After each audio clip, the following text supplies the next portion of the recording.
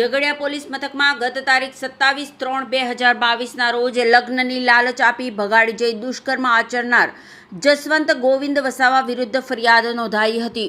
ઝઘડિયા પોલીસે આરોપી જસવંત ગોવિંદ વસાવાની ધરપકડ કરી હતી। ત્યારબાદ પોલીસે જરૂરી તમામ પુરાવા એકત્ર કરી અંકલેશ્વરની નામદાર સ્પેશિયલ ડેઝિગ્નેટેડ પોક્સો કોર્ટમાં ચાર્જશીટ રજૂ કરી હતી। આ કેસ નામદાર સ્પેશિયલ ડેઝિગ્નેટેડ પોક્સો કોર્ટ જજ શ્રી સી.કે. મુનશી સાહેબની કોર્ટમાં ટ્રાયલ શરૂ થતાં આ કેસમાં સરકારી વકીલ જે.બી. પંચાલ દ્વારા કુલ 21 જેટલા દસ્તાવેજી પુરાવા રજૂ કરી 13 જેટલા સાહેદોને તપાસ્યા હતા।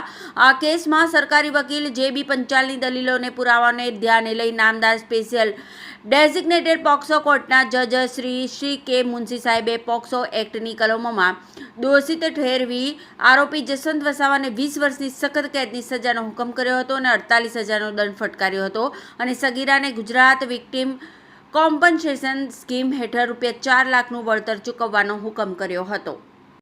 તારીખ 27/3/2022ના રોજ ઝઘડિયા વિસ્તારની સગીરાને લગ્નની લાલચ આપી ભગાડી જઈ દુષ્કર્મ કરનાર જસવંત ગોવિંદભાઈ વસાવાનો કેસ સ્પેશિયલ પોક્સો જજ શ્રી સી.કે. મુનશી સાહેબની કોર્ટમાં ચાલી જતા આરોપીને 20 વર્ષની સખત કેદની સજા અને ₹48,000નો દંડનો હુકમ કરેલ છે।